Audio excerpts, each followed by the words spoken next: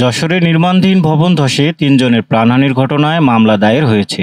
গতকাল মঙ্গলবার circuit house পাড়ায় মর্মান্তিক এই ঘটনার পরদিনই আজ নিহত ইঞ্জিনিয়ার মিজানুর রহমানের স্ত্রী ইসরাত জাহান রিক্তা বাদী হয়ে কোতোয়ালি থানায় মামলাটি করেছেন।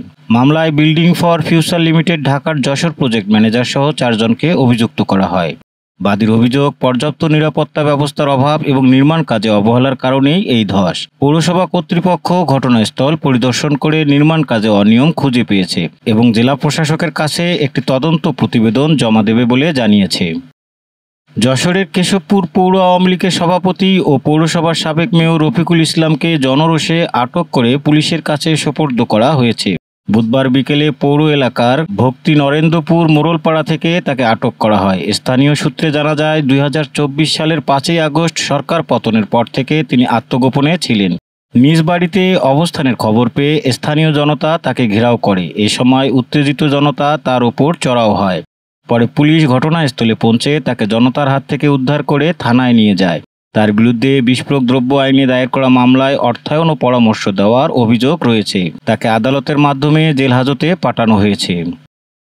যশোরের ঝিকরগাছা উপজেলার সোনাকুর গ্রামে জনরোষে এক মাদকাসক্ত ব্যক্তির মৃত্যু হয়েছে। সকালে রফিকুল ইসলাম নামে ৫০ বছর বয়সী ওই ব্যক্তি কোনো কারণ ছাড়াই জহুরুল ইসলামকে ধারালো দা দিয়ে মাথায় কোপ মারেন।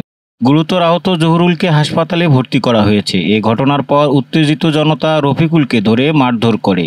এতে ঘটনাস্থলেই তার মৃত্যু হয়। স্থানীয়রা জানান, রফিকুল দীর্ঘদিন ধরেই মাদকাসক্ত ছিলেন এবং প্রায় লোকজনকে মারধর করতেন।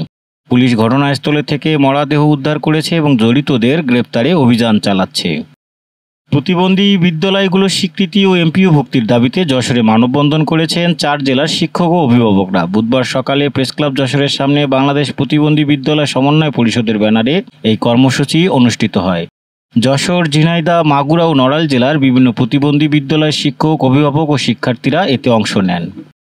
যশোরের বেনাপোল কাস্টম হাউস ২০২৪-২৫ অর্থ বছরের রাজস্ব আদায়ে নতুন রেকর্ড গড়েছে। জাতীয় রাজস্ব বোর্ড নির্ধারিত লক্ষ্যমাত্রার চেয়ে প্রায় ৩১,৫১ লাখ টাকা বেশি রাজস্ব আদায় করতে সক্ষম হয়েছে বেনাপোল কাস্টমস।